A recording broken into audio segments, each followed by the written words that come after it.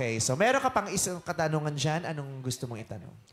Kailangan pang humingi sa iyo ng sorry para mapatawad ang isang tao. Oh, kailangan pa daw nag-sorry. Binibining utal yan.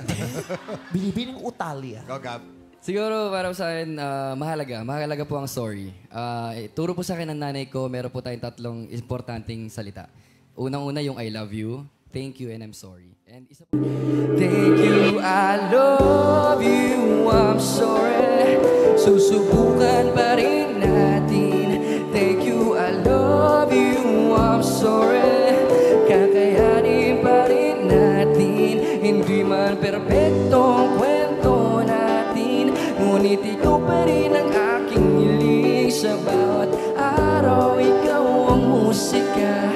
Sa bawat gabi, ikaw ang tanging ligaya.